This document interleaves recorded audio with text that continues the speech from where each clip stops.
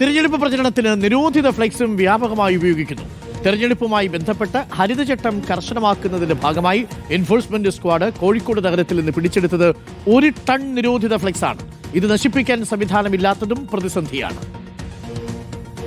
Poly എത്തലീനാണ് ഇപ്പോൾ നിലവിൽ allowed ആയിട്ടുള്ളത്, അനുമതിയുള്ളത്. അപ്പോൾ പോളി എത്തലീൻ എന്ന വ്യാജേനയാണ് ശരിക്കും പ്ലാസ്റ്റിക് കോട്ടിംഗ് ഉള്ള ഈ ഫ്ലക്സ് ഉപകരണങ്ങളും അതുപോലെ ഫ്ലക്സ് സാമഗ്രികളായിട്ടുള്ള സാധനങ്ങൾ കൊണ്ടുവന്നിട്ടുള്ളത്. പോളി എത്തലീൻ മാത്രമാണ്, അല്ലെങ്കിൽ കോട്ടൺ, ഇത് രണ്ടും മാത്രമാണ് ഇപ്പോൾ അലൗഡ് ആയിട്ടുള്ളത്.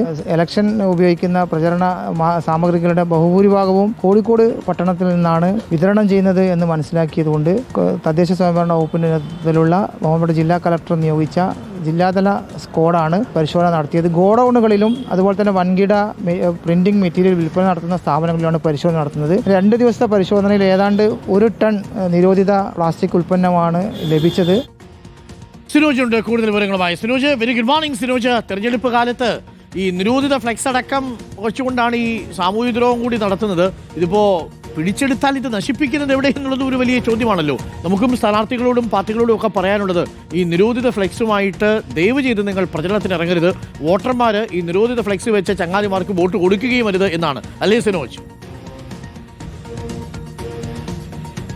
അരുകുമാർ, ഗുഡ് മോർണിംഗ്. അത് വലിയ വെല്ലുവിളിയാണ്. കാരണം ആയിരക്കണക്കിന് സ്ഥാനാർത്ഥികളുണ്ട് ഓരോ ജില്ലയിലും. തദ്ദേശ തെരഞ്ഞെടുപ്പ് ആയതുകൊണ്ട് തന്നെ വ്യാപകമായ ഫ്ലെക്സ് വഴിയാണ് പ്രചരണം നടത്തുന്നത്. അങ്ങനെ തെരഞ്ഞെടുപ്പ് കമ്മീഷന്റെ നിർദ്ദേശപ്രകാരമാണ് ഹരിതചട്ടം പാലിക്കാൻ വേണ്ടി ഓരോ തദ്ദേശ സ്ഥാപനത്തിലും പരിശോധന നടത്തിയത്. ആ ഘട്ടത്തിലാണ് അതിൽ ഭൂരിഭാഗം ഫ്ലെക്സുകൾ ഇത്തരത്തിൽ നിരോധിച്ച ഫ്ലെക്സ് ആണെന്ന് കണ്ടെത്തുന്നത്. അങ്ങനെ അതിന്റെ ഉറവിടം തേടി പോയപ്പോഴാണ് കോഴിക്കോട് ജില്ലയിൽ ഫ്ലെക്സുകൾ വരുന്നത്. കോഴിക്കോട് നഗരത്തിൽ തന്നെയുള്ള ഗോഡൌണുകളിൽ നിന്നാണ്, ഇവിടെ നിന്നാണ് ഈ ഫ്ലെക്സുകളൊക്കെ തന്നെ പ്രിന്റിംഗ് കേന്ദ്രത്തിൽ പോയി പ്രിന്റ് അടിച്ച് നല്ല സ്ഥാനാർത്ഥികൾ ചിരിക്കുന്ന കൈവന്തിച്ച് നിൽക്കുന്ന ഫോട്ടോകളായിട്ട് വരുന്നത് അവിടെ നിന്നാണ്. അതുകൊണ്ട് തന്നെ ആ ഉറവിടത്തിൽ ചെന്ന് പരിശോധന നടത്തിയപ്പോഴാണ് ഞെട്ടിപ്പോയത്. ടൺ കണക്കിന് ഫ്ലെക്സുകളാണ്, നിരോധിച്ച ഫ്ലെക്സുകളാണ് ഇത്തരത്തിൽ ഈ ഗോഡൌണുകളിലുള്ളത്. പക്ഷേ ഇതൊക്കെ തന്നെ പിടിച്ചെടുത്ത് കൊണ്ടുപോയി ഈ സ്ക്വാഡിനെ നശിപ്പിക്കാനുള്ള വഴിയില്ല. കാരണം നമ്മുടെ നാട്ടിൽ ഹരിതകർമ്മ സേനാംഗങ്ങളാണ് ഈ പ്ലാസ്റ്റിക് ശേഖരിച്ച് സംസ്കരിക്കാൻ വേണ്ടി കൊണ്ടുപോകുന്നത്. നിലവിലെ സംവിധാനത്തിൽ തന്നെ ഇത് സംസ്കരിക്കാൻ തന്നെ പാടുപെടുകയാണ് തദ്ദേശ സ്ഥാപനങ്ങൾ. അങ്ങനെ വരുമ്പോൾ ടൺ കണക്കിന് നിരോധിച്ച ഈ ഫ്ലെക്സ് കൂടി കൊണ്ടുപോയാൽ വലിയ തലവേദനയാണ്. അതുകൊണ്ട് കുറച്ച് സാമ്പിളുകൾ മാത്രമാണ് പിടിച്ചെടുത്തത്. 1 ടൺ മാത്രമാണ് 2 ദിവസം കൊണ്ട് പിടിച്ചെടുത്തത്. പക്ഷേ 100 ടണ്ണിലധികം ഈ നിരോധിച്ച ഈ ഫ്ലെക്സുകളാണ് ഗോഡൌണിൽ കിടക്കുന്നത്. അതുകൊണ്ട് തന്നെ 3 ദിവസത്തിനകം ഇത് ഉൽപ്പാദിപ്പിച്ച കമ്പനിയിലേക്ക് തന്നെ ഇത് തിരിച്ചയക്കാനുള്ള നിർദ്ദേശമാണ് നൽകിയിരിക്കുന്നത്. നോട്ടീസ് നൽകിയിട്ടുണ്ട്, 10,000 രൂപ പിഴയ്ക്കുള്ള നോട്ടീസ് നൽകിയിട്ടുണ്ട്.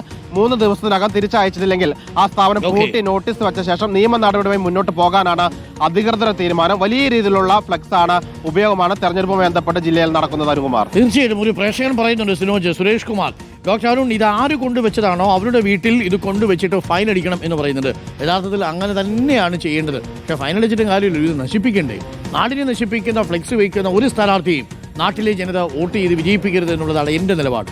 കാരണം ഇതിലൊരു മിനിമം കോമൺ സെൻസ് ഇല്ലേ, ഒരു മിനിമം സാമാന്യബോധമില്ലേ? ഇത് വരുന്ന തലമുറയെ നശിപ്പിക്കുന്ന ഒന്നല്ലേ?